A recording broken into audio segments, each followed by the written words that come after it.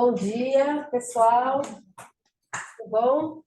Queria dar as boas-vindas aqui a todas e todos que vieram presencialmente aqui participar com a gente, aqueles que estão acompanhando online. Bem-vindos e bem-vindas, principalmente aí aos nossos palestrantes, que temos a felicidade de receber aqui, a Onara, a Maiara e o Ricardo, que estão nos acompanhando online. Queria dar as boas-vindas aqui em nome do Vieira Residência Advogados, que muitos de vocês nos conhecem, são nossos clientes, trabalham com a gente, outros ainda nem tanto, então falar um pouquinho rapidamente sobre o escritório. O Vieira Residência é um escritório full service, né? Existe há 28 anos, começamos na época que o Brasil estava se abrindo aí para as privatizações, como uma boutique, né, de investimentos, de M&A, e fomos crescendo ao longo desses 28 anos, nos tornando um escritório capaz de atender nossos clientes em todas as áreas, inclusive na área ambiental, né, que sempre foi uma área muito importante para o escritório, e a gente está fortalecendo agora com a chegada da Luciana, que se juntou a nós aqui há mais ou menos um mês, para assessorar nossos clientes em todas as questões ambientais, mas também para reforçar o ISD. E aí, por que eu estou falando em reforçar? Né? Porque o ISD é algo que sempre esteve presente nas operações dos nossos clientes e no nosso trabalho, né? Sempre assessorando nossos clientes com relação a cumprimento, né, de regras, principalmente, né, regras ambientais, regras trabalhistas, regras de governança, mas que a gente tem percebido esse shift, né, essa mudança que tem vindo aí nos últimos anos, e eu acho que bem recentemente com mais força, que é reconhecer o ISD como uma área independente dentro das empresas, né, que requer uma especialidade específica, né, esse olhar para essas questões que vão além da questão ambiental, né? E com isso a gente sente que o escritório também não só tem que olhar para o nosso próprio ESG aqui, né, do escritório, das nossas atividades, mas também trazer esse olhar diferente aí para os nossos clientes e aprender com os nossos clientes e com os nossos parceiros. É por isso que a gente gosta de trazer aqui as empresas para contarem das suas experiências.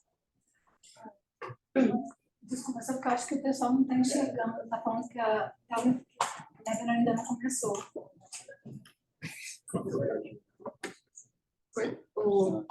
Sim, sim. Essa tela aqui. Mas a Camila está, mas eles não estão falar? Sim, sim.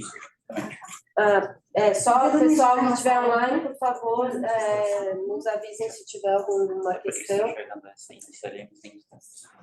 Só avançar o slide. Sim. Tá. A gente já iniciou, tá? Iniciaremos em instantes, mas já iniciamos. Estamos aqui com essa página de boas-vindas aí para todo mundo. Eu acho melhor tirar essa tela. Não, acho que já pode deixar o pessoal. Nossa, que história.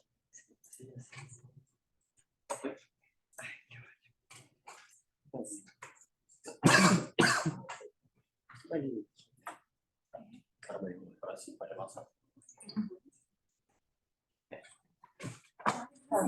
Vamos conseguir. A apresentação da Onara é daqui a pouco. Então, tá. Já estão vendo. Já Tá bom, então. Tá bom, então. Então, vamos lá, né? Vamos lá. Então, voltando aqui para o nosso ISD, né, o que a gente quer trazer é que um dos aspectos importantes do ISD é que ele vai além do próprio compliance com as operações, né, internas. E ele traz cada vez mais esse olhar para fora, né, esse olhar para os stakeholders, esse olhar para a cadeia de valor, cadeia de fornecimento das empresas, né? Acho que isso é um diferencial muito grande, né, que requer uma mudança de mindset, né, uma mudança de mentalidade e abordagem. Então, é nisso que a gente quer focar nesse evento. A gente está aí muito contente com a presença de todos vocês. E agora eu queria passar para a Luciana para aprofundar aí um pouquinho a questão do ISD e trazer os nossos palestrantes. Obrigada, Camila. Então, eu estou muito feliz de começar a inaugurar, né, oficialmente a área ambiental com pessoas tão queridas quanto a Mayara. A Nara são pessoas que, posso falar assim, que até gerou uma amizade no mundo corporativo, né, vamos dizer assim. E eu fico muito grata por vocês estarem aqui hoje, viu, meninas? O Ricardo também, muito obrigada pela gentileza de, não sei se o Ricardo já entrou, mas enfim, muito obrigada pela gentileza do seu tempo também.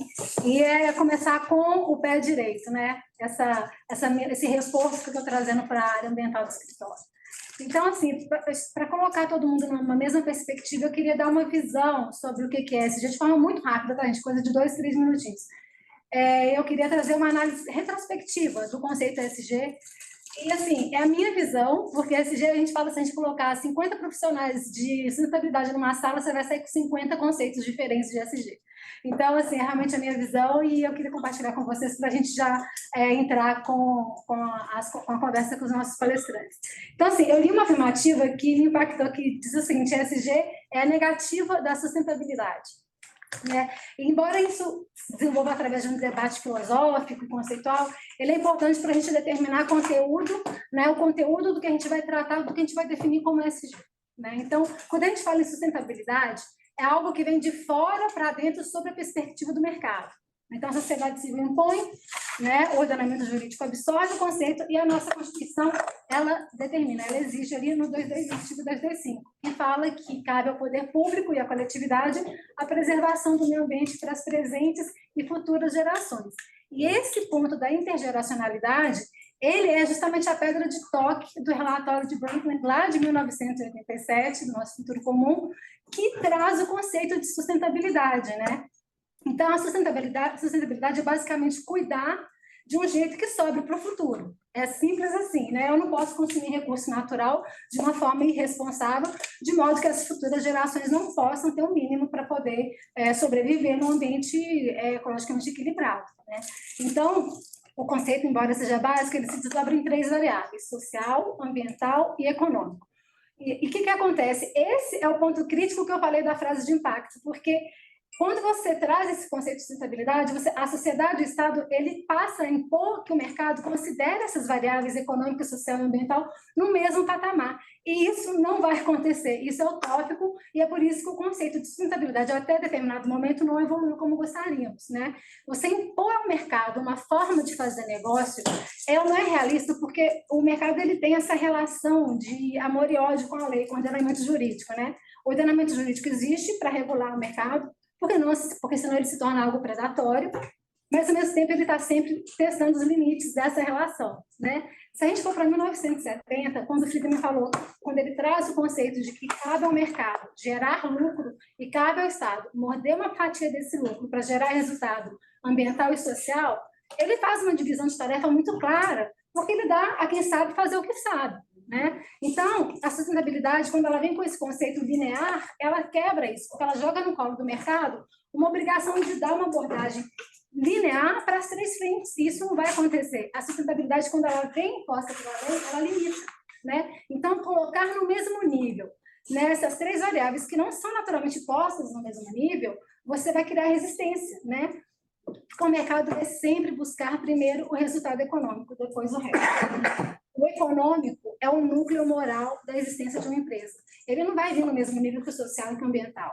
E aí vem o ESG. O ESG é como se o mercado dissesse o seguinte: eu vou continuar buscando o meu resultado econômico, porque é a minha matriz primeiro, mas como eu tenho visão, como eu tenho responsabilidade, e como a empresa é feita de pessoas, vai ser por meio de uma governança social e ambiental. E essa é a grande, talvez, mudança de abordagem que vem com o ESG, né? Então, o mercado ele passa a buscar uma governança que garante uma abordagem ética das variáveis ambiental e social.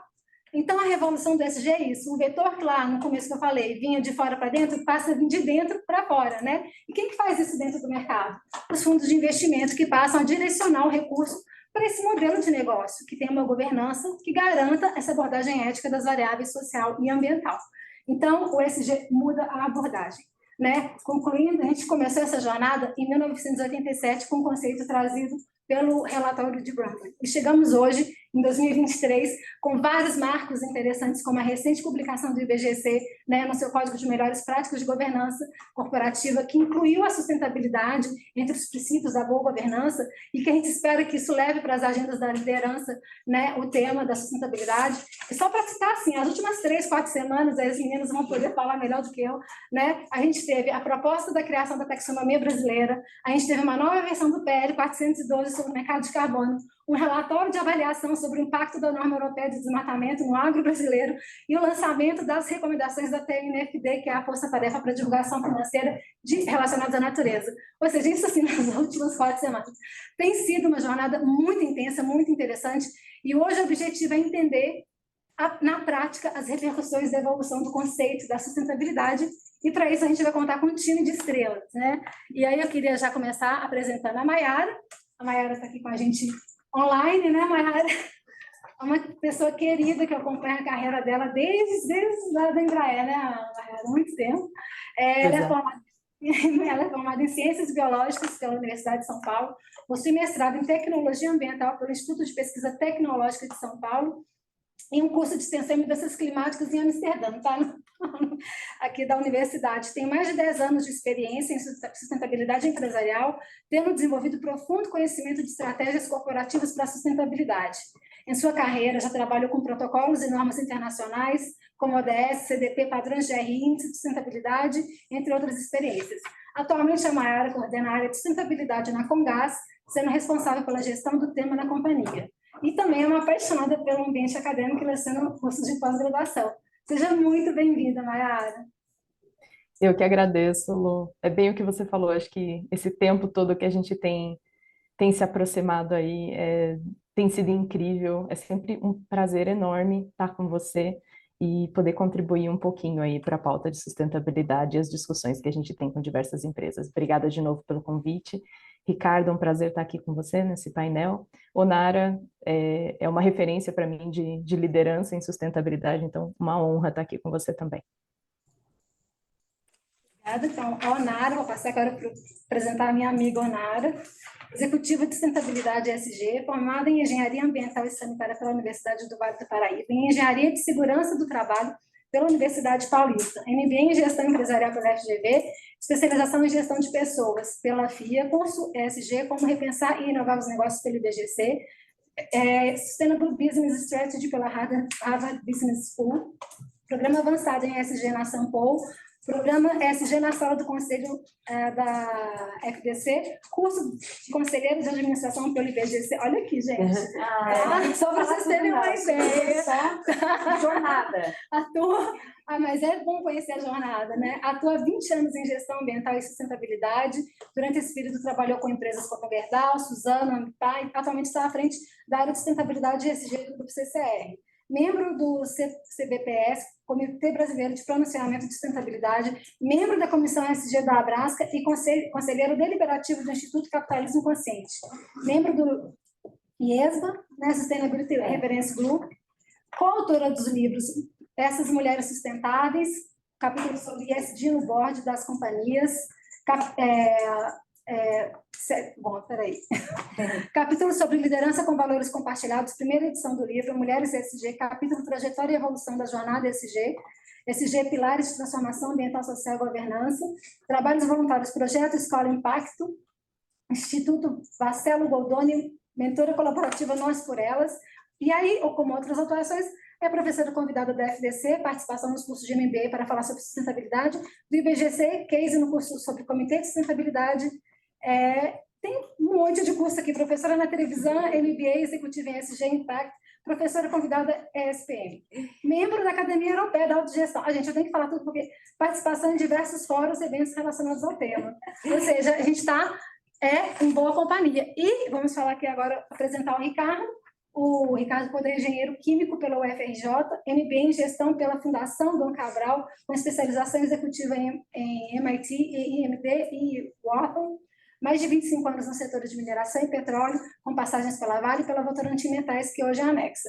responsável por temas como gestão de fornecedores locais na Vale, nos últimos 5 anos foi CEO da Nexa Peru, com experiência em toda a temática SG no setor de commodities na América Latina. Então, vocês estão vendo que a gente está muito bem aqui com os nossos convidados.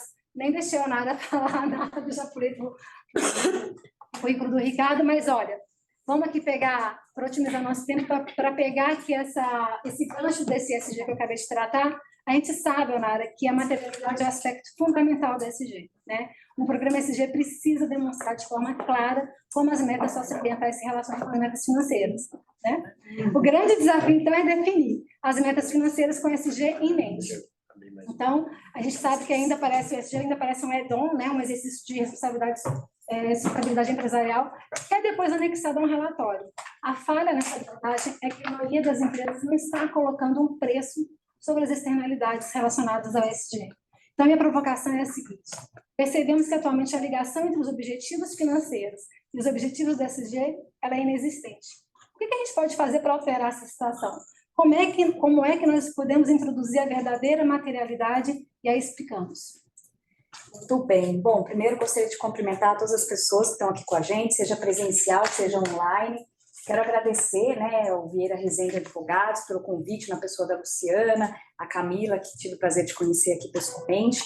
Dizer que quando a gente traz o tema, né, para a mesa de discussão, eu acho que o principal objetivo não é falar mais do mesmo, é um tema bastante falado, bastante debatido, mas pouco debatido com a profundidade que se deve tratar uma agenda tão ampla que traz aí o ambiental, o social e a governança como fator estruturante. Então, né, como muitos dizem, eu concordo, o G, sem o G a gente não está falando de ESG.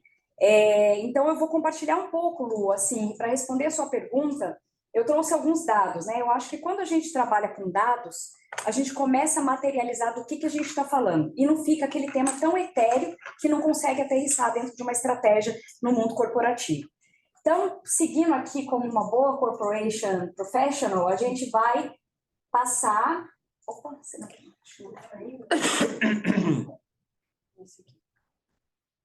Então, eu trouxe aqui algumas informações para a gente justamente contextualizar a resposta dessa provocação inicial da que a Luciana trouxe.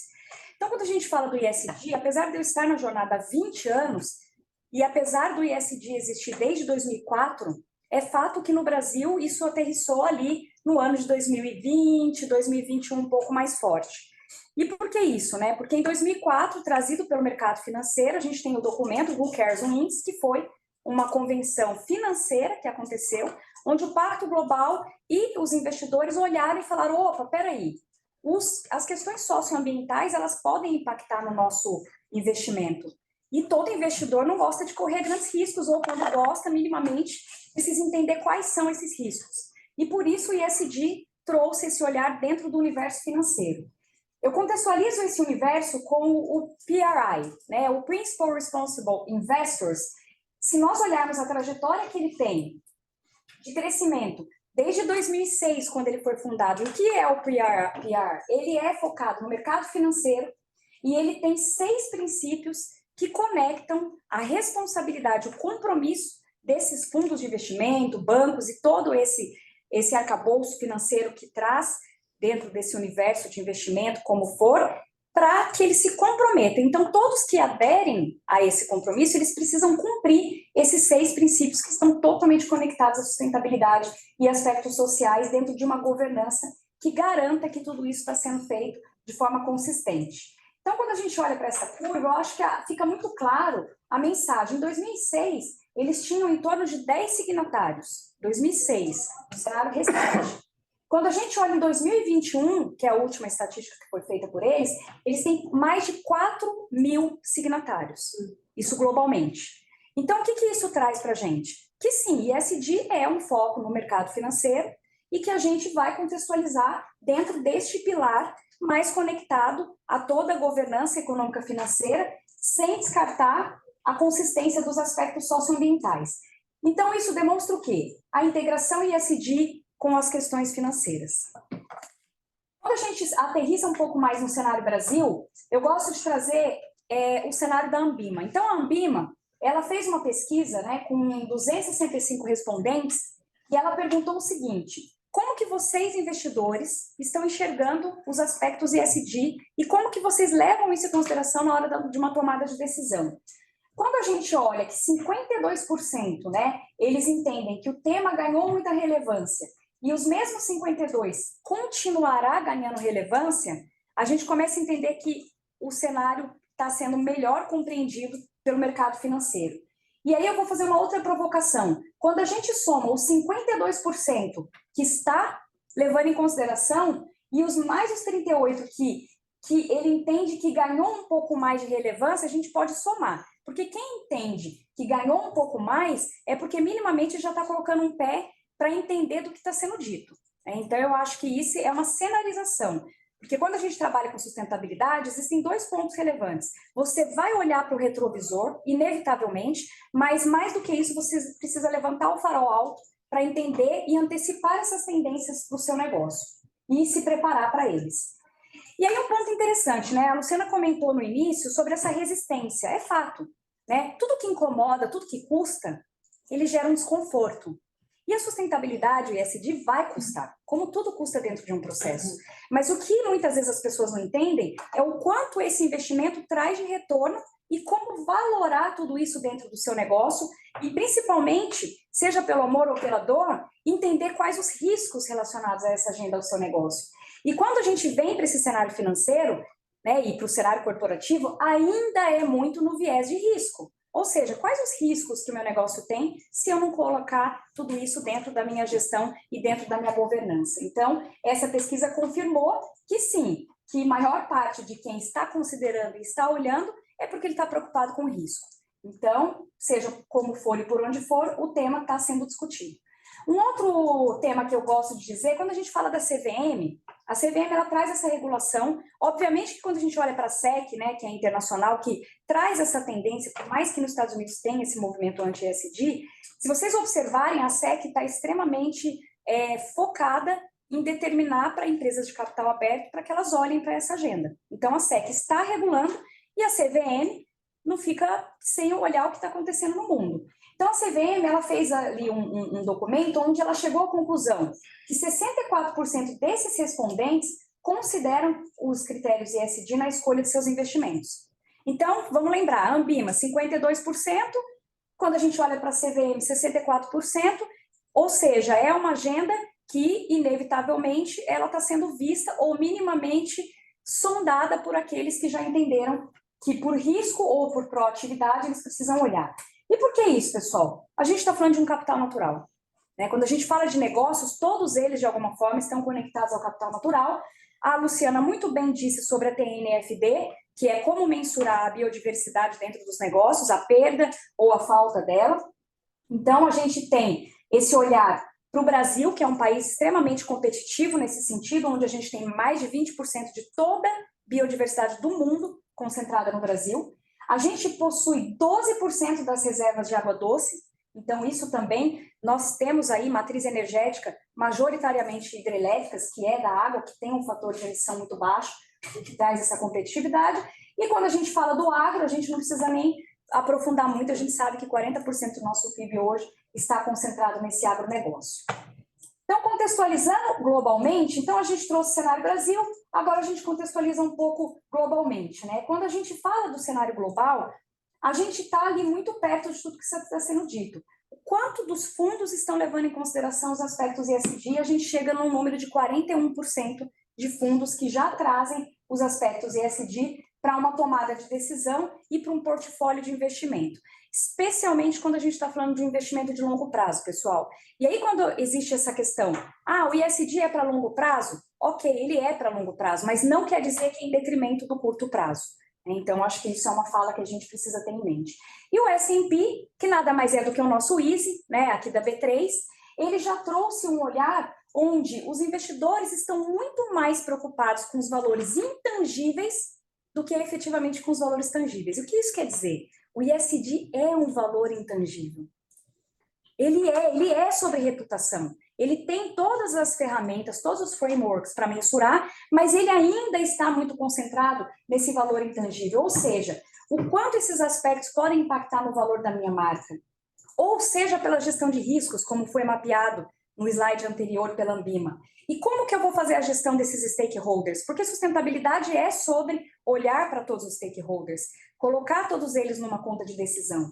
Então, isso aqui reforça, né, por um S&P, Dow Jones, que esse valor intangível, que conecta muito com os aspectos ESG, estão também sendo vistos como uma competitividade no mercado. A dupla materialidade, ela é um tema que recentemente chegou no Brasil. Nós temos pouquíssimas empresas que já reportaram no seu relatório a dupla materialidade, e aí ela traz novamente a conexão do mercado financeiro. Por quê? Porque a dupla materialidade, ela vai olhar quais são os aspectos materiais para o meu negócio do viés de sustentabilidade, do ponto de vista de sustentabilidade, mas ela também vai olhar do ponto de vista financeiro, econômico-financeiro, ou seja, esse tema é pela sustentabilidade material, mas qual é a proporção financeiramente para o meu negócio que ele tem? E um outro ponto, ela olha as externalidades. Então, conecta com tudo que a Luciana abriu a fala dela. A dupla materialidade, ela olha os seus impactos de dentro para fora, de fora para dentro, ou seja, como que eu internalizo essa externalidade, como que eu entendo essa licença social para operar, qual impacto eu estou causando, mas também quanto isso financeiramente poderia custar para o meu negócio, seja positivamente ou seja ali por um risco financeiro, se eu não mapear todos esses stakeholders conectados ao meu negócio e à minha materialidade. Então, ela traz esse viés muito completo, ela traz todos os frameworks para contextualizar a formulação dessa materialidade e ela traz uma nova forma de tomada de decisão para os aspectos da materialidade. Então, claro, quando a gente fala de sustentabilidade, tudo começa pela materialidade, ela é a espinha dorsal, né, desse sistema, mas quando a gente fala da dupla materialidade, a gente começa a traduzir para o mercado financeiro, para que eles entendam o quanto isso pode significar dentro do negócio. E para finalizar, a gente não poderia terminar sem falar IFRS, né? Mais uma prova de que, como a Luciana falou, não adianta as empresas assumirem um compromisso net zero sem colocar no balanço dela como ela vai alcançar e quanto isso vai custar para a companhia. Então, o que está acontecendo hoje é a desconexão entre os compromissos da companhia relacionada à agenda ESG, que não está sendo contada essa história na demonstração financeira da companhia. Então, como que o investidor se sente? Muito preocupado, muito inseguro. Né? Então, a IFRS, que é uma foundation de contabilidade, se apropria dessa agenda e fala, peraí, que eu vou trazer essa segurança para os investidores. E aí a gente vem com o IFRS, que conecta com o IASB, ISSB, que não é nada novo para o mercado, mas eles estão trazendo uma convergência para que tenhamos uma padronização global e que seja fácil de traduzir numa demonstração financeira. Então, os frameworks estão conectados a esse IFRS.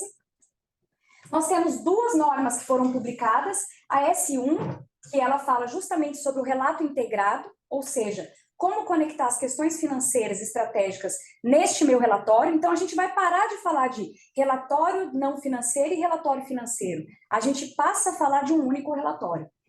E a gente começa a olhar todos os envolvidos, os stakeholders, a sociedade, recursos naturais, como tangibilizar isso financeiramente. Ou seja, será que tem algum risco para o negócio que não está sendo colocado nesse balanço ou nessa previsão financeira? E a gente consegue olhar para essa materialidade, como que os investidores entendem a materialidade? Ele entende que se eu fizer a minha materialidade com alguma distorção do que realmente é interessante e importante para o meu negócio, esse investidor vai estar olhando de uma forma obscura. Ou seja, eu não estou entendendo o que realmente é material para o seu negócio. Então, o IFRS, mais uma vez, ele influencia essa decisão dos investidores através dessa demonstração financeira. O IFRS S2, ele precisa estar conectado ao S1, ou seja, se eu não faço um relato integrado, dificilmente eu consigo avançar para o S2, e o S2 nada mais é do que os riscos climáticos. Então, a TCFD, que até então estava segregada, ela passa a entrar no IFRS S2 e a gente consegue materializar financeiramente esses riscos financeiros para o negócio. Não sei se vocês sabem, a TCFD ela foi trazida pelo mercado financeiro, né? Então, os bancos, quando ele vai dar um crédito, ele coloca na metodologia TCFD para entender se os riscos climáticos estão sendo bem mensurados por essa empresa. E um outro ponto importante da TCFD é que ela fala de um risco de transição e um risco físico. Então, você consegue olhar para o seu negócio e se preparar e traduzir financeiramente isso para o dia a dia das operações. Os próximos passos é a implementação, fala sobre taxonomia também, e a gente começa a olhar para essa convergência de todos os frameworks, que hoje o mercado financeiro tem bastante dificuldade de, através dos relatórios, no formato que hoje tem, de mensurar de fato financeiramente quais são os riscos. E aí, só para concluir, quando os investidores olham para um relatório de sustentabilidade, eles são muito mais amigáveis com os indicadores do SASB do que com os indicadores do GRI, apesar de maior parte das empresas, em torno de 78% mundialmente, reportam muito mais o GRI do que o SASB. O SASB, globalmente, ele representa em torno de 17% a 25%. Ainda é uma fatia muito pequena. E o SASB, ele é um indicador financeiro. Ele fala de eficiência operacional. Então, os investidores se sentem muito mais confortáveis em olhar o indicador SASB, porque o GRI, ele tende a ser mais quali do que quanti, diferentemente do SASB. E aí aqui eu tenho alguns anexos que eu não vou passar, mas fica aí para disponibilizar para quem participou, que são aí todo o aparato legal, que muitas vezes as pessoas falam, o ESG é uma coisa meio louca, eu não consigo ver, mas sim, tanto o mercado financeiro quanto outras frentes já estão regulando sobre o tema. Então, quando a gente anda pelo regulatório, a gente está falando minimamente de um compliance sobre os aspectos ESG. Obrigada, espero ter contribuído, tentei passar bem rápido, mas a gente vai ter um tempo para perguntas, então era esse o conteúdo para iniciar a nossa conversa. Muito obrigada, Manara, excelente. E assim, pegando só um gancho da sua fala, né, de todo o contexto, assim, para já entrar com a Maiara, é a questão mesmo do stakeholder, né, Maiara, de cuidar principalmente, especificamente da cadeia de valor e da cadeia de fornecedor. Então, eu queria, assim, quando a gente pensa em, a gente está até discutindo isso aqui antes do evento, abordar as questões, né, em toda a cadeia de fornecimento é um enorme desafio para as empresas, e está claramente no topo das agendas, né? Existe uma tendência muito forte de que as grandes organizações, principalmente as com atuação internacional, acabem por regular as práticas das empresas de médio e pequeno porte. Por isso que a gente fala, sim, ESG é para todos, porque se você está dentro de uma cadeia de fornecedor de uma empresa grande, você também vai ter que se entrar num compliance relacionado às questões do ESG. Então, o que eu quero te perguntar é o seguinte, quando a gente olha para a cadeia de suprimentos de grandes empresas multinacionais, ter o controle de todos esses dados e informações é um desafio. Como você vê a ação das empresas nesse sentido e como podemos endereçar os obstáculos nessa frente? Vamos lá, então pegando carona aqui na fala da Onara, né, gente? Quando a gente fala de stakeholders, um que é sempre muito óbvio são clientes, né? E clientes é uma coisa que a gente já endereça como empresa de uma maneira natural, né? Eles acabam sendo uma das principais razões de existir de qualquer empresa. Mas quando a gente fala de riscos, e aqui eu também estou olhando para o ponto de vista de investidores, tá? Seguindo bem na fala da Onara, boa parte dos riscos de uma empresa estão na cadeia de fornecimento, né? Então, o primeiro desafio que as grandes empresas têm é justamente o mapeamento dessa cadeia de fornecedores, né? A gente fala aí de empresas com às vezes mais de 10 mil fornecedores mapeados na sua base, e às vezes, inclusive, transacionados por ano, né? Então, você conhecer a sua cadeia já é um desafio em si, né? Quando a gente olha para esses riscos socioambientais, muitas vezes você começa a olhar o KNAI dessas empresas e ele já não está atualizado. Isso para pequena e média empresa, microempresa, é normal. É um desafio assim que eu vi em diversas multinacionais, porque quando elas começam a fazer o mapeamento, elas percebem que o serviço que ela está contratando não necessariamente está batendo direito com o KNAI, né, daquela micro ou pequena empresa. Então, para você conseguir fazer esse mapeamento, você precisa olhar para serviço e material que você está fornecendo, que você está comprando, né? Esse é o primeiro ponto, né? Você olha exatamente para o material, para o serviço que você está necessitando, e daí sim você começa a olhar para os fornecedores, né? Então, você precisa ajudar esses fornecedores a fazer essa classificação de KNAI certinho, então, olhando para os setores de uma maneira geral. Quando você está olhando para esse mapeamento que você está fazendo, você olhando para toda a sua cadeia de valor, precisa separar ela nesses setores. Então, eu vou olhar para o transporte rodoviário em separado, eu vou olhar para a compra de materiais, por exemplo, plásticos, em separado, né? Materiais orgânicos, consultorias. Então, o primeiro ponto pega esses 10 mil fornecedores, pequeno, médio, grande, multinacionais que sejam, e entende em qual desses setores eles estão. Por quê? É um desafio você olhar pontualmente para cada um dos fornecedores quais são os riscos socioambientais dele. Mas quando você olha isso do ponto de vista de um setor aglomerado, você consegue entender os riscos socioambientais. Por exemplo, quando a gente está falando do setor rodoviário, a gente sabe que existem riscos de descumprimento de direitos humanos, né, no transporte rodoviário. Então, você começa a olhar para aquela categoria sobre essa ótica. Ou quando você olha, por exemplo, para aquisição de papelão ou então proteína animal, você sabe que existe um potencial risco de desflorestamento e você vai olhar para esse seu setor de contratação dessa maneira, né? A partir do momento que você tem essa avaliação setorial da sua cadeia de fornecimento, aí você precisa olhar para a sua própria matriz Kraujic. Então, a empresa já tem esse mapeamento, ela já conhece quais são os fornecedores que são gargalo, quais são os fornecedores que são críticos. E quando você coloca a ótica socioambiental, isso te ajuda, né, na forma de começar a endereçar esses temas e esses riscos com esses fornecedores, né? Você tem um mapeamento ali de criticidade e quais você vai precisar começar a engajar em cada uma dessas ações. Então, se você tem ali um setor que você sabe que é crítico para mudanças climáticas e a sua empresa olha mudanças climáticas como um ponto que é estratégico para ela, então são esses fornecedores que a gente precisa engajar em mudanças climáticas e não os 10 mil da cadeia como um todo, né? Se o seu problema é desflorestamento, se a sua questão é direitos humanos, e, entre parênteses, deveria ser a questão de todas as empresas, você olha para aqueles setores que têm o maior risco de descumprimento dos direitos humanos e começa a endereçar os fornecedores que são mais críticos. Não necessariamente quando você faz o cruzamento com a matriz Kraujic da empresa, você vai ter fornecedores que têm alta criticidade ali numa região de ultra criticidade para a empresa, né? Alta criticidade socioambiental com criticidade para a empresa, mas a hora que você faz essa convergência desses dois fatores, você vai ver que esses fornecedores acabam se destacando, né? Então começa a ficar um mapeamento da tua cadeia de fornecedores muito mais eficiente do ponto de vista de gestão de riscos geral, então, né, incluindo aqui socioambiental. Não sei, eu tentei ser muito Tá claro, sucinta. ficou didático também, super didático. Obrigada, Mayara. Ficou muito Imagina. claro, sim. E aí, agora eu estou vendo o Ricardo. Não, desculpa, Ricardo, eu nem tinha te visto ainda. A sua imagem que apareceu. E aí, só passando para a última pergunta dessa primeira rodada, a gente falou aqui de licença social para operar, que a Onara mencionou. A gente sabe que a mineração já pratica ESG há muito tempo, né, Ricardo?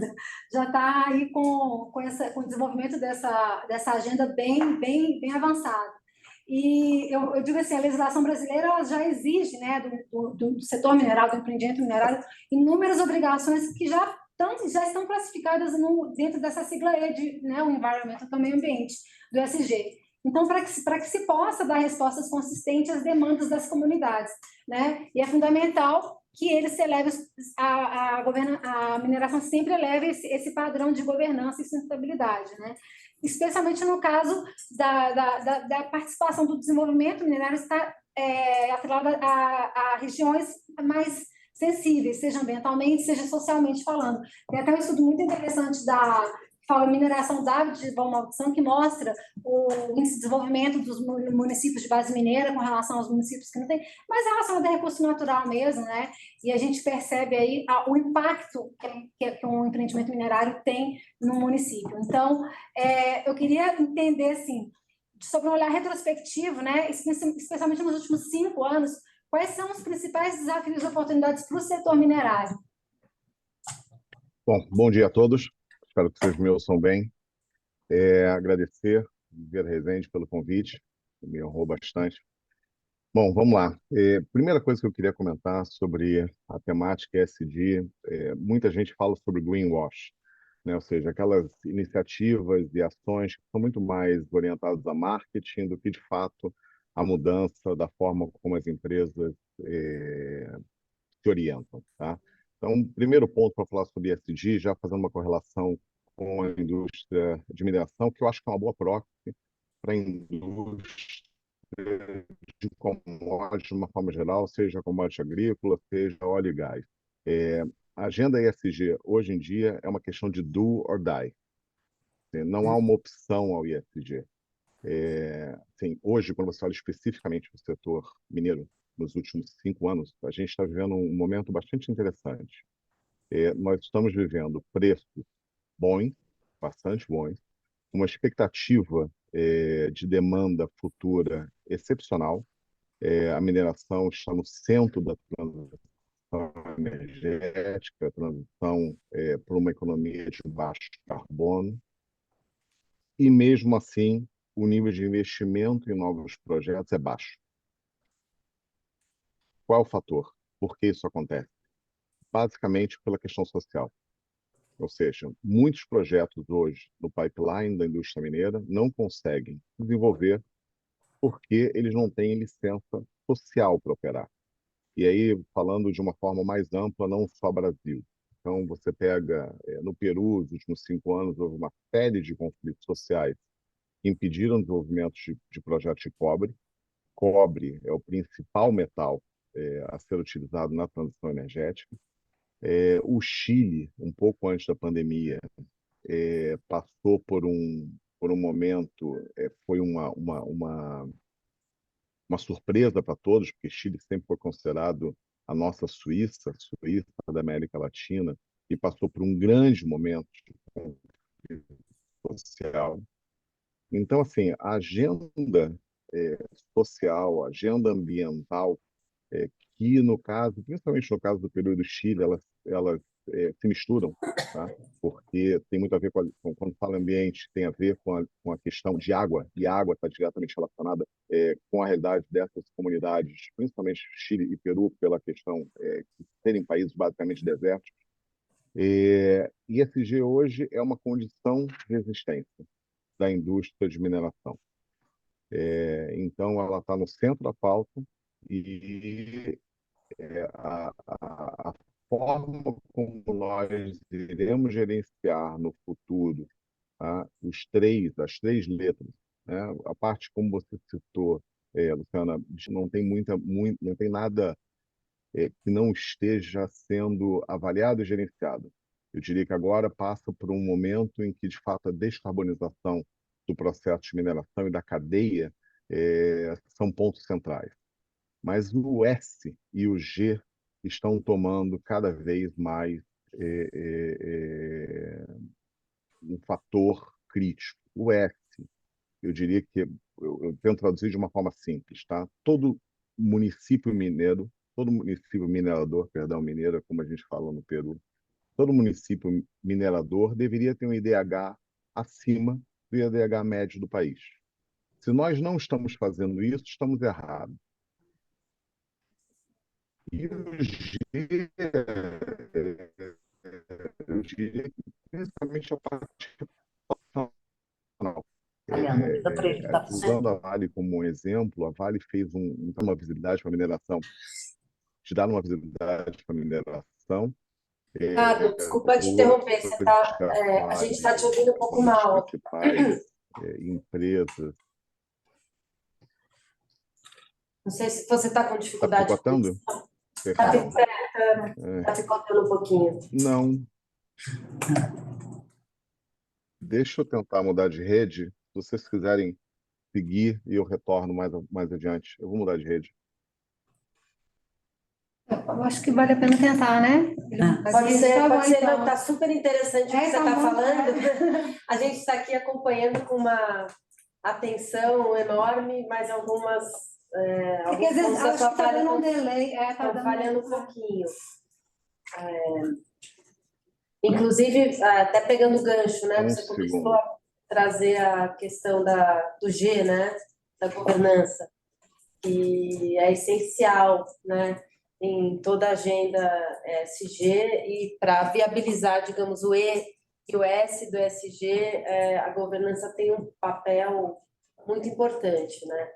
E esse estudo da Maria Amália, ele fala justamente que a mineração dádiva ou maldição, quando o que o Ricardo falou brilhantemente, os municípios de base de mineração, eles deveriam sim apresentar um IDH diferenciado, e às vezes, muitas vezes não apresentavam, pela questão de governança, de questões relacionadas à corrupção, que a gente sabe que é muito forte quando se trabalha com recursos naturais, você vê no setor de petróleo e gás também.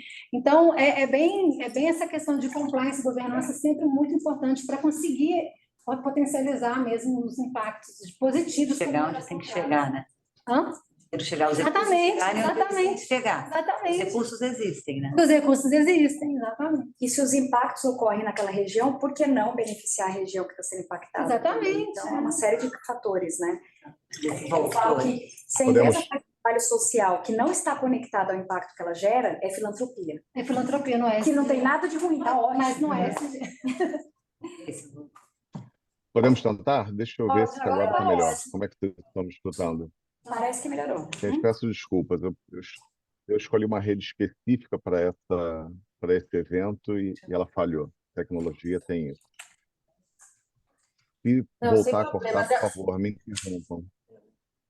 Tá bom, Ricardo. Pode deixar. Eu acho que a gente queria passar mesmo para esse ponto da Pode governança, né? continuar o raciocínio dele, eu acho que tá... Que você já estava trazendo, né? A questão da governança, para mim, passa muito pela questão reputacional, ou seja, que está diretamente relacionada ao S também, de alguma maneira. Então, assim, você não vai conseguir desenvolver um projeto, você não vai conseguir atrair talento, você não vai conseguir passar, né, a mensagem da sua razão social de existir se você não for uma empresa socialmente responsável, que eu consiga transmitir isso de forma correta para o mercado. Eu estava comentando da questão da Vale, que fez um trabalho bastante interessante.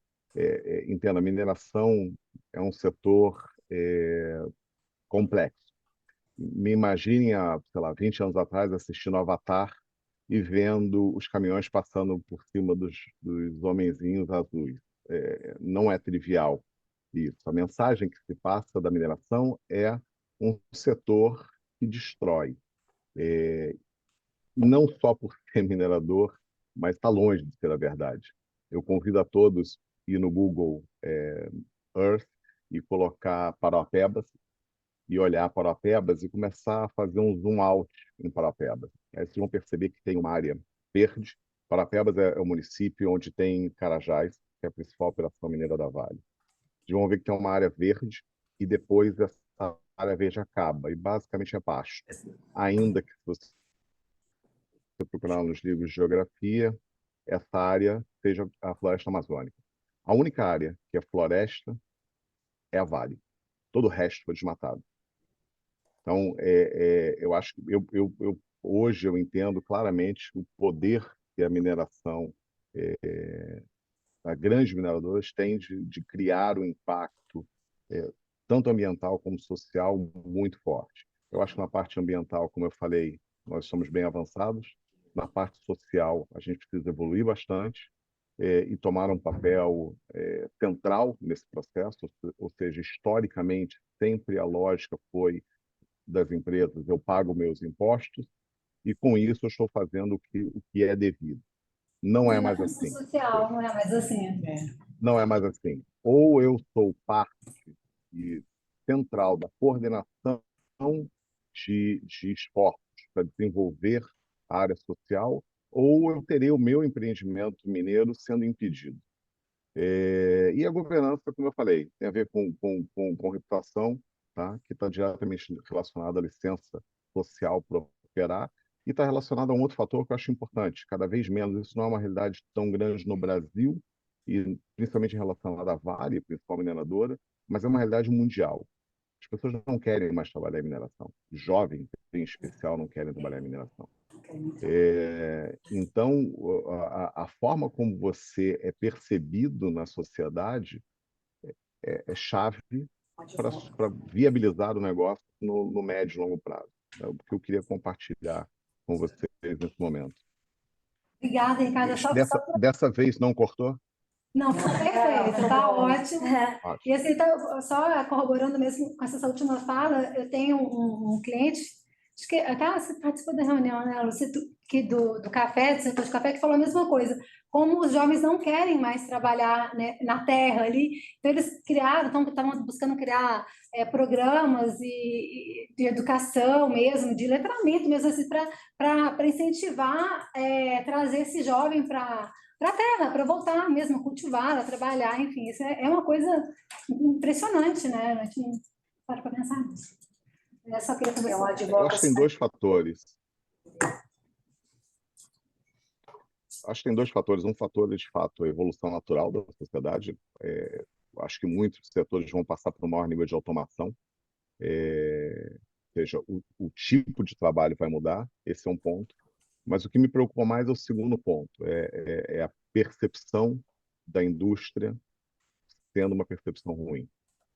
Eu acho que esse é o principal fator que nós devemos atuar. O primeiro fator é um fator natural, ou seja, naturalmente os setores passarão por um maior nível de automatização e atração de outro tipo de profissional. Tá? Eu acho que essa parte também está sendo bem tratada. A segunda parte é a parte que me preocupa mais. Não, muito bom, obrigada, Ricardo. A gente queria ouvir um pouquinho também, né, da Onara e da Maiara sobre essa experiência com governança, né? Como é que você introduz o ISG, e aí falando aí da sua larga experiência, né, Onara, assim, pensando em, claro, eu tenho empresa de capital aberto, que tem uma pressão de investidores, mas quando eu estou numa empresa familiar, né? Como é que eu trago essa visão da governança? Como é que eu trago isso para a cultura empresarial? Né?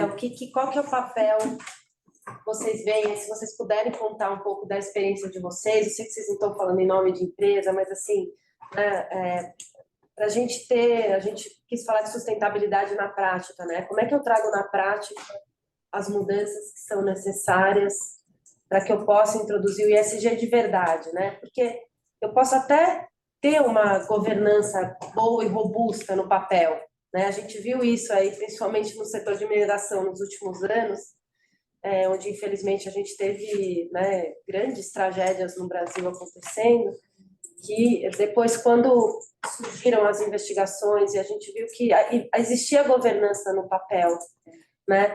Mas, de alguma forma, essa governança não teve o efeito que ela deveria ter para...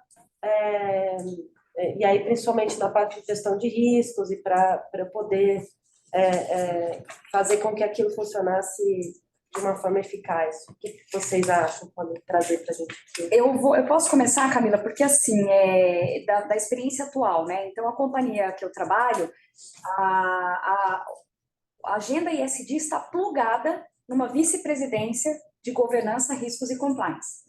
E isso, enquanto profissional, para mim, faz muito sentido, né? Porque eu sempre digo, qual a diferença, no meu ponto, que traz, assim, muito claro, da sustentabilidade para o ISD? É justamente a governança, né? Então, eu sempre falo, ISD é a governança corporativa dos aspectos socioambientais. Então, minha fala já começa assim. E muitas vezes as pessoas falam, Nara, você é ISD raiz, né? Por quê? Porque as pessoas têm aquela fala, o que é sustentabilidade, o que é ISD? Justamente porque o ISD, através da governança, da estruturação desses processos, é o que nos aproximou, por exemplo, das tomadas de decisão. Porque se eu não tenho governança, eu não consigo tomar uma decisão. Eu vou tomar decisão baseada em quê? Então, acho que a estruturação do processo, através de uma governança, ela te dá segurança para uma tomada de decisão sobre os aspectos socioambientais, que muitas vezes não tinha essa governança, essa consistência e continuidade, e trazia muita insegurança. Então, eu acho que a governança é o fator estruturante, sem sombra de dúvidas. Recentemente fiz o curso de conselheira e, mais uma vez, isso tudo se reforçou. Por que a governança é tão relevante? Porque senão eu estou falando de temas que pontualmente a empresa pega, estamos com um problema aqui, vamos tratar. Mas ela não olha para isso de uma forma estruturada. O porquê que esse problema aconteceu, ele pode se repetir, não pode. E um outro ponto importante é que por muitos anos as pessoas trataram separadamente, de forma segregada, a matriz de riscos e a matriz de materialidade. Para a gente ter um nível de maturidade ESG, a gente precisa olhar para isso tudo junto. Então, a matriz de riscos, a matriz financeira, a matriz de sustentabilidade, tudo isso tem que estar muito interconectado. E essa é a sacada da governança, porque só a governança vai possibilitar essa maturidade, né? De outra forma, a gente não amadurece no aspecto ISD. Excelente. Muito bom, muito bom. Mayara quer trazer um olhar também sobre isso? Sim, adoraria contribuir um pouquinho. O ponto que a Onara traz da gente conseguir garantir a inserção de sustentabilidade na governança geral da companhia é vital, né? E acho que a forma de trazer essa governança também é algo que a gente pode explorar um pouco aqui, né? O exemplo que a Onara trouxe, o assunto já está dentro de uma vice-presidência de robustez dentro da organização, mas quando a gente está começando a tratar o tema, muitas vezes você precisa começar a olhar para ele primeiro de uma forma transversal, para depois você começar a subir isso, né? Porque primeiro você precisa conseguir comprovar, né, a importância disso e a gestão desses riscos dentro da sua organização, ou os riscos aos quais a sua organização está exposta no fim dos dias, para que isso ganhe relevância, né? Empresa é assim, né, gente? A gente trabalha com o que é mais urgente quando a gente olha para a questão de riscos. Então, pela experiência que eu tive, um formato que funcionou muito é trazer um comitê de sustentabilidade formado por lideranças, e esse é o ponto, aqui tem um desafio. É um desafio essencial, assim, de conseguir engajar lideranças transversais dentro da organização, para que olhem juntas para o tema. Gente, não é fácil o convencimento interno, mas conforme a área de sustentabilidade vai conseguindo conversar, vai conseguindo trazer temas mais atuais do ponto de vista de sustentabilidade, e mostra a correlação desse tema com aquela determinada área, como, por exemplo, aqui a gente tem um monte de gente de áreas de jurídicos das empresas, e aí a gente consegue trazer, por exemplo, como que o CBAM lá na Europa vai impactar a nossa empresa aqui, porque a minha empresa é exportadora e vai começar a sofrer a questão da taxação de carbono dos clientes que compram lá na Europa, né? Então, conforme você vai trazendo isso nesse comitê, com essas lideranças, você consegue levantar a robustez do tema dentro da organização. Não é uma jornada, gente, que de um mês para o outro você consegue estabelecer, mas é essencial que isso seja construído passo a passo lá dentro, até a ponto de você conseguir ter, por exemplo, um comitê de responsabilidade, de sustentabilidade, perdão, respondendo para o board da empresa, inclusive com convidados externos, né, para que você consiga olhar de uma maneira transversal a empresa como um todo e colocar a gestão de riscos de sustentabilidade dentro da tomada de decisão, junto com a gestão de riscos financeiros, que a Onara também trouxe.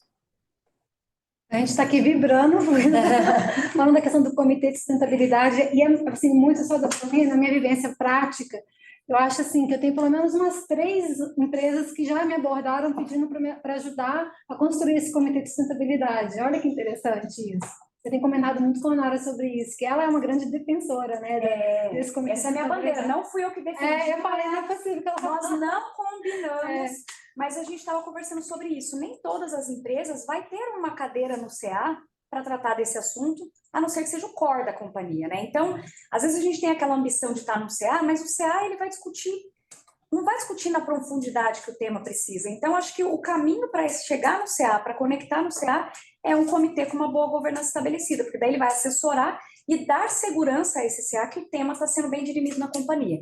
Eu acho que é o caminho, o fio condutor para o CA é sempre um comitê bem estabelecido com uma boa governança, né? Não adianta também fazer um comitê que não tem membro do conselho, que não tem membro externo com conhecimento comprovado, aí também a gente não atinge o objetivo, né? Perfeito. E daí chegar ao ponto da gente ter metas estabelecidas de sustentabilidade, atrelada à remuneração variável desses executivos, inclusive board, né? Então, mas é uma caminhada, né, gente? Você vai avançando nisso passo a passo. Perfeita colocação, Mayara. E assim, caminhando já para o final, né, a gente está com 15 minutos de evento, eu vou começar pelo Ricardo, e aí é mais uma fala final mesmo, tá, gente? Então, Ricardo, com relação às exportações, até a Camila redigiu a 4 mãos aqui essa pergunta, com relação às exportações, existe uma pressão que se originou principalmente na Europa, com relação à descarbonização da indústria, que você bem falou que seria o grande desafio ambiental da mineração, e a adoção de outras práticas ESG mais relacionadas a questões sociais, como diversidade de direitos humanos. Como vocês, em particular, e a indústria de mineração em geral, estão se preparando para a entrada em vigor do imposto sobre o carbono, CBAM, que você falou, né, Mayara, na Europa, e outras obrigações relacionadas à diligência, como a Corporate Sustainability Directive. Gastando na mesa. Se puderem trazer um pouco para a gente, né, principalmente mineração, que a gente... Porque quando você falou na commodity, está aí com essa bem relacionada. Acho que é o primeiro setor impactado, né, pelo CBAM. Vocês estão olhando para isso? Olha, eu não conheço hoje uma empresa de mineração de médio para grande porte que não tenha meta de descarbonização até 2035.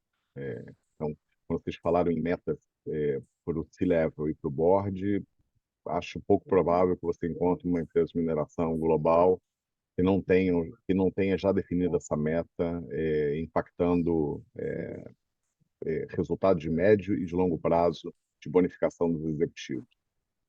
Então, esse é um primeiro ponto. Sobre a questão de como é que isso nos impacta, e aí tendo um olhar muito para a região, para o Brasil em particular, eu acho que a gente tem uma enorme oportunidade, que eu dividiria em 2 pontos. Comunicar melhor, certo? O que vem sendo feito, aí respondendo à questão anterior de governança, de S, e, do ponto de vista de descarbonização, a gente vive no Brasil, o Brasil nos permite uma matriz energética que é muito melhor do que outros países. Então, assim, eu acho que a gente tem uma oportunidade única, e aí eu falo do governo atual, eu falo do setor minerador, de fato, o Brasil levantar a bandeira de ser um país ambientalmente responsável, certo? E que seus produtos sejam produtos ambientalmente responsáveis. Então, hoje em dia, você já tem como realidade que se permite ter preços melhores. Então, voltando ao início da pergunta, como é que isso impacta financeiramente a empresa? Você consegue ter preços melhores e clientes que já usam travas de produtos que precisam vir de empresas socialmente responsáveis, com qualidade assegurada, com metas de descarbonização, com baixo nível de carbono no seu processo produtivo. Então, isso já existe, já é uma realidade hoje, porque não só isso está sendo, como vocês falaram, está no início da cadeia, mas o próximo passo da cadeia, que é a siderurgia, também é um passo que vai sofrer, já sofre, vai sofrer cada vez mais escrutínio em relação a isso. Então, eu acho que do mesmo jeito que é um desafio, e sem dúvida nenhuma é um desafio, é uma enorme oportunidade para o setor de commodities metálicos e para o Brasil essa agenda ESG. Nós deveríamos, de fato, abraçar essa agenda como um diferenciador. Para citar o último ponto, que é importante, que eu acho que é fundamental levar em consideração dentro dessa agenda macroeconômica, por assim dizer, há 5 anos atrás, basicamente, quando você pensava em indústrias no mundo, tá? Indústrias básicas, estavam na China. E era um cenário que dificilmente iria ser alterado por uma questão de competitividade. Depois da guerra, depois do Covid, esse cenário mudou, certo? O nearshoring, o inshoring, a revisão do footprint global, certo, da indústria está acontecendo e é um fato. E um dos fatores que pode ser definitivo é exatamente conseguir demonstrar que a cadeia produtiva na América Latina, no Brasil, ela é mais competitiva ambientalmente, socialmente e do ponto de vista de governança. Eu acho que essa tem que ser a bandeira das empresas brasileiras. Nossa, que maravilha, que fala maravilhosa para encerrar aqui, altíssimo nível. Obrigada, viu, Ricardo, pela sua fala e por esse insight. Está todo mundo anotando aqui. De nada. E aí, já também caminhando para o final aqui com a Mayara e a Onara, a mesma pergunta, né? Como profissional da sustentabilidade, eu gostaria de ouvir de vocês um panorama sobre a evolução do conceito no mundo corporativo, né? Eu entendo que a sociedade esteja mais consciente e madura com relação ao tema, mas, por outro lado, seguimos consumindo como nunca, a sociedade segue extremamente desigual, já sabemos que não vamos alcançar as metas acordadas no Acordo de Paris, enfim. Eu gostaria de saber, na opinião de vocês, se tivemos avanços significativos na forma de fazer negócio e quais são os principais desafios e oportunidades. Eu não estou sendo pessimista, são números, dados científicos, tá, gente? o resíduo histórico só aumenta, a poluição só aumenta. Então, assim, a gente fala tanto, mas né, como que é isso na prática? Esse é o greenwashing, né? O verdadeiro temido greenwashing. A sociedade, ela prega muito esse consumismo. Até quando a gente fala de uma substituição, por exemplo, de carros para carros elétricos, há novamente um consumismo, né? Uma produção muito grande, porque tudo vai ser substituído. Então, sempre que você fala de uma nova tecnologia, quer dizer que alguma vai se tornar obsoleta. E qual é o ciclo de vida dessa outra tecnologia que vai se tornar obsoleta? Né? Aquela história do economia circular, do berço ao berço, poucas pessoas entendem que quando a gente fala de uma descarbonização, necessariamente a gente precisa falar de uma economia circular e sair da economia linear, e a gente ainda não vive uma economia circular, isso é um fato. Eu entendo que, apesar da gente perceber os poucos avanços, mas não vejo tanto dessa forma, eu vejo que nunca tivemos tantos dados como temos hoje. Então, talvez esse é um cenário recorrente, mas hoje a gente tem muito acessibilidade a dados, então a gente consegue fazer comparações que alguns anos atrás nós não tínhamos tudo isso nas mãos para a gente trabalhar e entender cenários. A minha expectativa é que, sim, o tema está avançando, tanto que a gente está aqui hoje numa sala, né, de um escritório renomado, discutindo a agenda. Quando a gente imaginaria isso? Eu falo que quando eu comecei há 20 anos atrás, eu trabalhava na estação de tratamento de efluentes no fundo da fábrica. Então, olha como eu evoluí. Eu estou aqui perto da Faria Lima, no Dinheiro. Então, assim, estamos evoluindo. Agora, o que eu entendo, então, para mim é uma evolução, né? Mas o que eu vejo é que a nova geração, que muito em breve estará ali fazendo a gestão dos recursos, porque a gente tem um estudo que é interessante, nós estamos passando pelo momento mais desafiador do planeta. Por quê? E não é aspiracional que eu vou falar aqui, não, é dados novamente. Nós estamos, pela primeira vez, historicamente, vivendo 7 gerações dentro das companhias. 7 gerações, isso historicamente nunca aconteceu. E como lidar com essas 7 gerações? E como antecipar que muito em breve essa geração vai estar lidando e definindo para onde ela quer colocar o dinheiro, e é uma geração que já vem com um chip muito mais bem preparado do que a nossa geração. Então, da minha geração, eu falo que os 40, os 50 é uma geração do limbo, que é a geração da transição, que a gente não está nem lá nem cá, mas eu vejo que esse movimento tende a se fortalecer por essa razão, e por tudo que a gente está acompanhando de regramento. Não há, assim, a gente viveu aqui 40 graus, então não é mais Rio 40 graus, é São Paulo 40 graus. Então, quem não acredita vai ter que se preparar, vai no amor ou vai na dor, pode escolher. Obrigada, Nara. Perfeito. Nayara. Vamos lá. Lu, toda vez que a gente conversa e você faz uma provocação parecida, eu sempre respondo da mesma maneira, né? Eu sou uma otimista do tema. Eu não acho que a gente não atingiu a velocidade que a gente precisa, né? Mas como a Onara trouxe, as necessidades que a gente tem em relação à urgência dos temas de sustentabilidade, elas estão cada vez mais claras, né? E quando a gente vê movimentações, por exemplo, grandes multinacionais que têm receitas maiores do que PIB de muitos países, assumindo compromissos que são ambiciosos, né? E essas corporações falando que elas vão se tornar positivas para o planeta e trazendo indicadores, trazendo acompanhamento, né, de como elas estão traçando essa jornada e como elas estão evoluindo nessa jornada. Quando a gente vê, por exemplo, fundos de investimento que eles são focados em sustentabilidade, que eles são praticamente ativistas dessa causa, inclusive desinvestindo em outras empresas que já não estão mais correspondendo a essa expectativa desse fundo, ou quando a gente vê governo criando governança, que é super robusta para o tema, não só através de mercado de carbono, como você já citou, mas, por exemplo, com a questão da taxonomia europeia, que já está em vigor, que você mencionou também no começo da nossa conversa, ou da taxonomia brasileira, que acabou de entrar para consulta pública, e que todos nós aqui temos o dever de ler e contribuir, a gente percebe que a sociedade ela entendeu a criticidade desses desafios, né? E a gente está começando a agir. Eu acho que o nosso desafio agora é conseguir acelerar essa agenda para que a gente tenha resultados a tempo de evitar, por exemplo, a piora da crise climática que todos nós vivenciamos atualmente, que só tem a tendência de se agravar se a gente não fizer nada, né? Ou os conflitos humanos que podem advir dessas crises climáticas ou do aumento da desigualdade no mundo.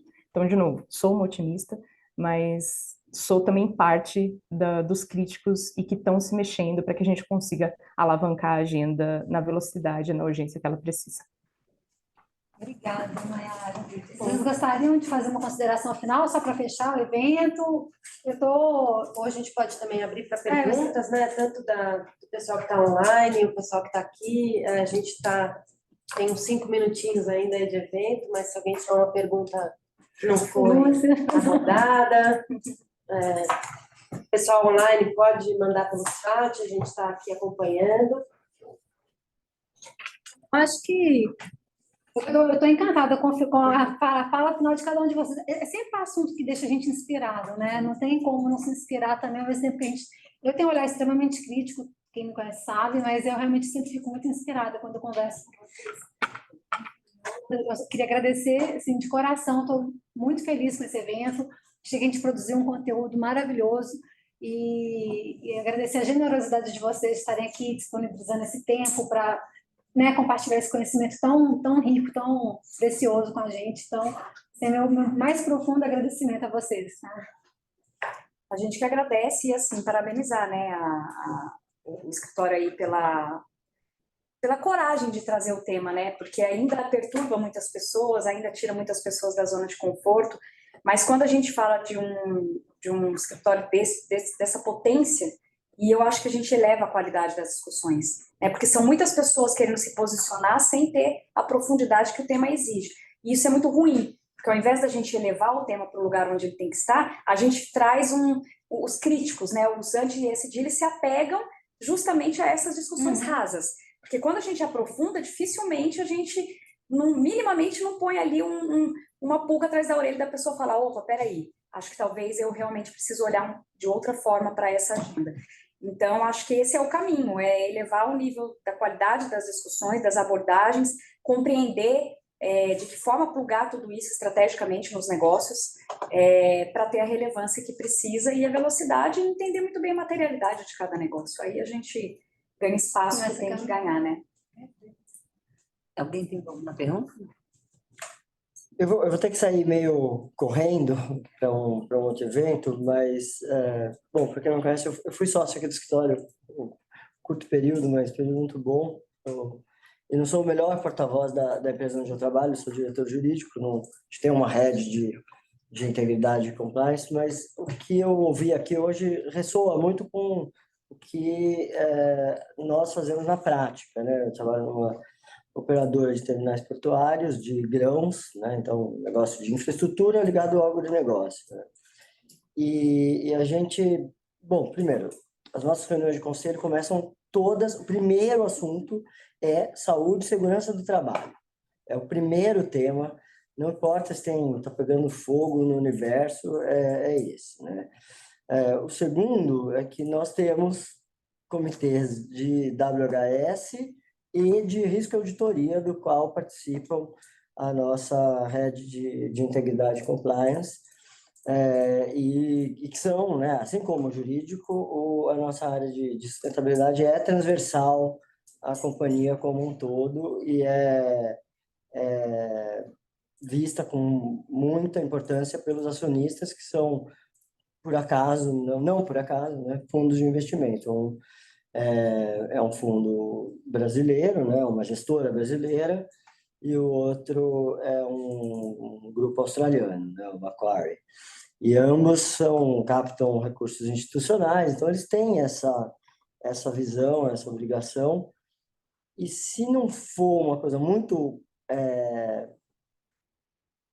assim, estruturada e que use a governança para andar, não funciona. Então, eu acho que eu ouvi coisas muito boas aqui que acho que refletem uma percepção de que a empresa onde eu estou está num caminho muito certo e é super desafiante, né? Por exemplo, net zero é complexo. Nosso cliente compra soja, milho, açúcar, farelo de soja, coloca no caminhão ou no trem, chega no nosso terminal e a gente coloca no navio. É um trabalho, é uma pontinha. A gente não tem muito como fazer o nosso cliente poder escolher de onde vem a soja, né? Não tem tanta influência. Mas a gente consegue, por exemplo, oferecer uma tarifa melhor de elevação portuária para a carga que vem de ferroviário, porque ela é mais eficiente para a nossa operação e ela é muito menos impactante para a cadeia como um todo. Então, esses são os instrumentos que, na prática, a gente usa, né? Não, é um trabalho, é uma construção, né, complexa, né? Sempre que a gente fala de escopo 2, escopo 3, é mais difícil, né? Mas o que se faz é dentro de casa e é trabalho de formiga mesmo, é uma usina. Mas muito bom. Legal, ouvir obrigada por vocês compartilhar aqui. essa experiência Legal. com a gente. Acho que eu poderia colocar um ponto aqui. Eu sou Claro. Vanessa, estou representando a Oak Journey, a empresa do Mauro Castex, do André Chaves, você até que conhece, né? O Nara me convidou para cá. Nós fazemos projetos, né? A gente ajuda os clientes, empresas de pequeno, médio e grande porte, a matriz de maternidade e realizar jornadas de sustentabilidade deles, né? Para atingir, né, o modelo de regeneração lá na frente, né, de acordo com o pipeline. E a gente vem sentindo muito isso. Eu compartilho um pouco a dor do Ricardo, porque os setores de construção e também de alimentos, né, eles também têm essa mesma questão na cadeia de fornecedores. A gente está falando com uma grande consultora alemã, que tem 58 anos de vida no mercado, com a sua filial muito grande no Brasil, e eles têm um grande problema, uma excelente liderança, mas onde está a lacuna? É essa, no social, de como chegar, né, naqueles profissionais ou colaboradores de um baixo, né, nível de letramento, da gente engajar esses colaboradores nessa jornada da sustentabilidade. O mesmo acontece numa empresa sueca que a gente está conversando também, que reporta, né, emite relatórios desde 2009. Quando você chega, então, chega no Brasil, e não só Brasil, e aí, Ricardo, Latam, né? Então, quando você vai falar com a cadeia de fornecedores, é um outro mundo, né? Então,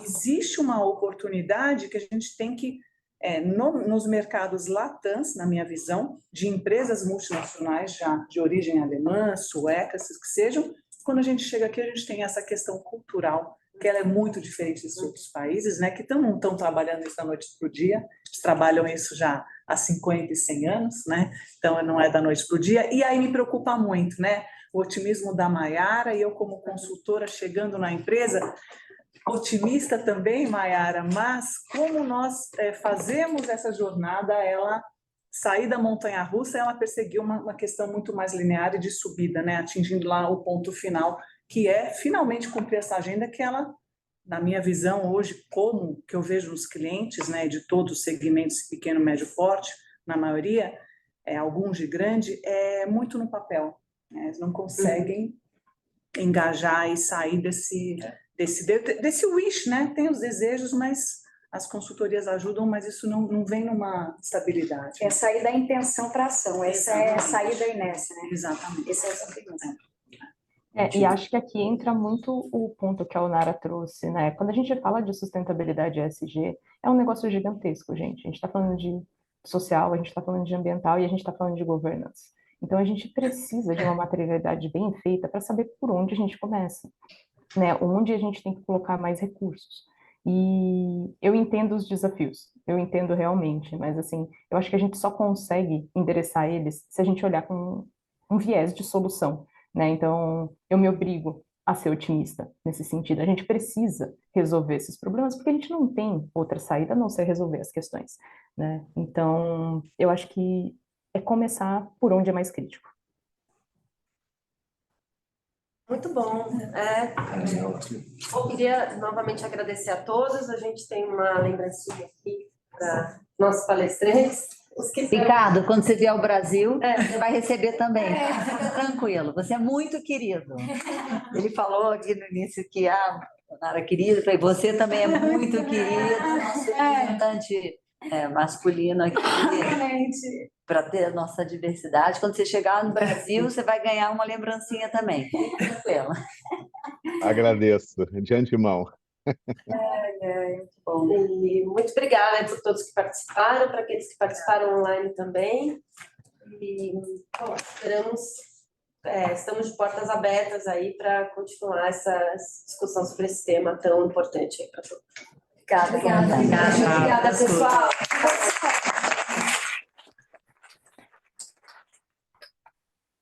Bom dia, boa semana, né? Hoje é Uma uma ótima Hoje semana a assim todos. começamos bem a segunda-feira. Tchau, Exato. Tchau, gente. segundona já. Otimista. Nara, Vamos. discutir com profundidade, É, porque não sei se ainda está gravando, mas é um tema que está na moda, mas está na moda para um monte de gente, mas não está na moda para quem, né, não, trabalha. quem já está trabalhando.